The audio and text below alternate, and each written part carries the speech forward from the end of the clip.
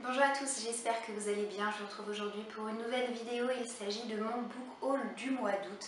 Et au moment où vous allez voir cette vidéo diffusée, je serai en partance pour Londres pour 3 jours. Puisque oui, ça y est, je vais enfin être en congé pendant une semaine après avoir été présente tout l'été. Donc ça y est, les autres rentrent et c'est enfin à mon tour de partir. Et c'est vraiment tant mieux. Quoi qu'il en soit, je vous présente tout de suite les livres que j'ai acquis ce mois-ci. Je poursuis toujours ma collection de Princesse Sarah, donc ma collection de bandes dessinées, et à cet effet, je me suis procuré le tome 6 qui s'intitule Bal et Masque avec une sublime couverture, ainsi que le tome 7 qui s'appelle Le Retour de Lavinia, et je suis absolument persuadée qu'avec ces deux bandes dessinées, je continuerai de passer de formidables moments en compagnie de la petite Sarah. En ce qui concerne les romans, je me suis tout d'abord procuré le premier tome de la trilogie Les Larmes Rouges qui s'appelle Réminiscence, sorti aux éditions J'ai lu et écrit par Georgia Caldera. C'est un roman qui m'a été recommandé à la fois par ma copine blogueuse Béa, mais également par certaines d'entre vous, mes abonnés. Donc j'ai vraiment eu la curiosité de me lancer là-dedans. D'autant que j'ai un autre roman de l'auteur dans ma palle qui s'appelle, si je ne m'abuse, attendez, j'ai un trou de mémoire. Victorian Fantasy, il me semble, Dentelle et Nécromancie, voilà, que je dois lire d'ailleurs avec Béa le mois prochain en lecture commune. Quoi qu'il en soit, voilà, j'étais très intriguée à l'idée de rajouter dans ma palle ce livre-ci qui évoque la vie d'une jeune fille de 19 ans un petit peu torturée parce qu'elle a vécu des drames dans sa vie qui vont la conduire à faire une tentative de suicide. Elle va donc survivre à cette tentative de suicide, sauf qu'elle ne va pas en sortir complètement indemne, puisqu'elle va avoir toute une série de visions, de rêves, de cauchemars, et elle va plus trop savoir où donner de la tête. Ce qu'elle va vivre, elle va un petit peu avoir des doutes, savoir si c'est bien la réalité ou si c'est encore quelque chose de fantasmé. Donc c'est un roman fantastique aux accents un petit peu oniriques et gothiques. Je pense que c'est vraiment une ambiance à part entière et voilà, ça me semble vraiment prometteur et intriguant. Je suis curieuse de me plonger là-dedans, d'autant que ce soit sur Amazon, Livre Addict ou ce genre de site comme ça, je n'ai lu vraiment que de bons avis concernant cette trilogie. Donc encore une fois, ça me semble très prometteur. Je vous présentais dans une précédente vidéo le tome 2 d'une duologie dont justement le second tome sortira ou est sorti en fonction de la date à laquelle je diffuserai cette vidéo fin août, et du coup je me suis procuré le tome 1. Il s'agit de Aeternia, la marche du prophète, écrit par Gabriel Katz et sorti aux éditions Scrinéo. Je n'aime pas du tout la couverture, après c'est vraiment très subjectif de ma part. C'est de la fantaisie vraiment pure et dure. De quoi ça parle? C'est un petit peu compliqué à résumer, comme à chaque fois que je vous présente un livre de fantaisie pour moi. Mis à part que c'est l'histoire d'un champion d'arène qui est invaincu depuis une vingtaine d'années, et après 20 ans, il a envie de se retirer un petit peu de la vie d'arène avec sa famille. Et en se retirant, il va faire la rencontre de plusieurs personnages et notamment de quelque chose qui va chambouler un petit peu sa vie. C'est un nouveau culte qui va voir le jour, qui prône je ne sais trop quelle religion. Et je crois que la religion, c'est vraiment un thème qui est omniprésent à l'intérieur de cette duologie. Le premier tome est raconté du point de vue de ce champion d'arène, le second tome sera raconté du point de vue de l'autre personnage principal qui va mener une quête avec lui. Je n'en sais absolument pas plus sur l'histoire. En tout cas, tous les avis que j'ai lus à ce sujet sont vraiment révélés positifs. La fantaisie, c'est quelque chose que j'aime beaucoup. J'en lis pas très souvent. J'en lis vraiment de temps en temps, mais je suis rarement déçue en fait. Voilà, de quoi agrandir ma mini collection de fantaisie dans ma palle grâce à ce livre-ci.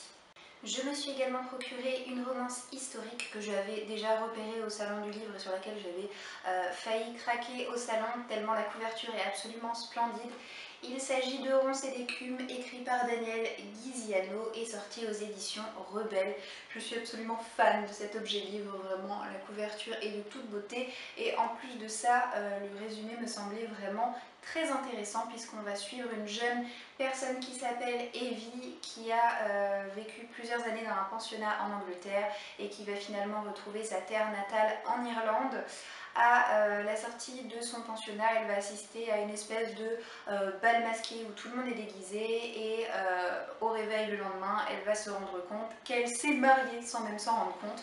Donc voilà, ça me semblait très prometteur. Malgré que je ne suis pas hyper friande de romance historique, voilà, j'avais très envie de laisser une chance à ce livre. Et puis franchement, quand je vois cette couverture, voilà, il me le fallait. Je sais, je suis très superficielle pour ce genre de choses parfois. Même moi, je me le dis, mais que voulez-vous, je suis faible, je suis une faible femme.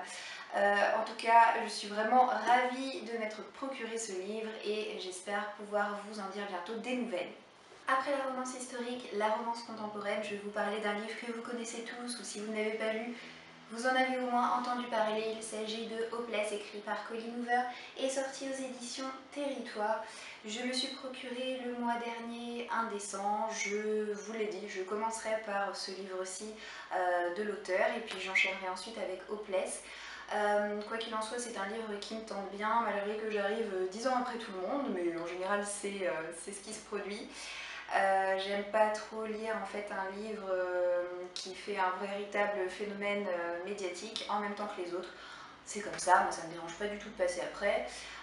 Au niveau de l'histoire, on va suivre une héroïne qui a 17 ans qui s'appelle Sky, qui entame sa dernière année de lycée dans un tout nouvel établissement scolaire. Elle a pour particularité de ne pas ressentir d'émotion. Ne me demandez pas pourquoi, ce qui s'est passé dans sa vie ou quoi que ce soit, je ne sais pas. Quoi qu'il en soit, elle est assez insensible sur les bords et donc elle ne va pas être sa surprise lorsqu'elle va se mettre à ressentir des sentiments à la vue du bad boy du lycée qui s'appelle Holder. Et ce fameux Holder, quant à lui, il a l'impression de déjà connaître l'héroïne. Voilà. Donc c'est un livre qui a énormément fait parler de lui une fois de plus et qui a énormément plu. Il me tarde donc de le découvrir pour savoir s'il sera susceptible de me plaire à mon tour. Le dernier livre que je me suis procuré, c'est Marjane, sorti chez Pocket Jeunesse en début d'année et écrit par Marie Pavlenko. Je trouve que la couverture est vraiment de toute beauté. C'est un livre fantastique qui parle en fait de cette héroïne qui s'appelle Marjane, qui est une Nine, alors je crois que ça se prononce comme ça. C'est en fait une sorte de vampire et en fait son père va se faire assassiner et elle ne va avoir d'autre choix que de fuir et d'atteindre en fait le monde des hommes, sachant que l'intrigue se passe à Paris, donc c'est assez sympathique. D'autant qu'on va avoir quelques créatures surnaturelles assez inédites, en tout cas en ce qui me concerne, comme celle qui est illustrée ici sur la couverture. C'est pas innocemment qu'elle est représentée, il s'agit d'une gargouille. Donc voilà, j'en ai jamais rencontré au fil de mes lectures. Ça me semble assez, je ne sais pas, original et j'ai eu des avis positifs et d'autres un petit peu moins bons, mais globalement ça reste a priori une lecture satisfaisante. Il me tarde de me faire mon opinion et de découvrir ce premier tome. Voilà, mon book haul est maintenant terminé, j'espère qu'il vous aura plu.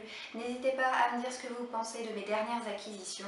Quoi qu'il en soit, comme je vous l'ai dit, je suis presque en vacances, mais vous ne devriez pas vous en apercevoir ni sur le blog, ni sur la chaîne YouTube, puisque vous continuerez à avoir du contenu programmé à l'avance qui sera diffusé régulièrement.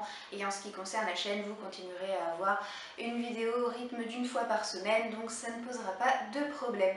Quoi qu'il en soit, je vous souhaite de passer une très bonne journée et je vous dis à très bientôt dans une prochaine vidéo. Ciao ciao!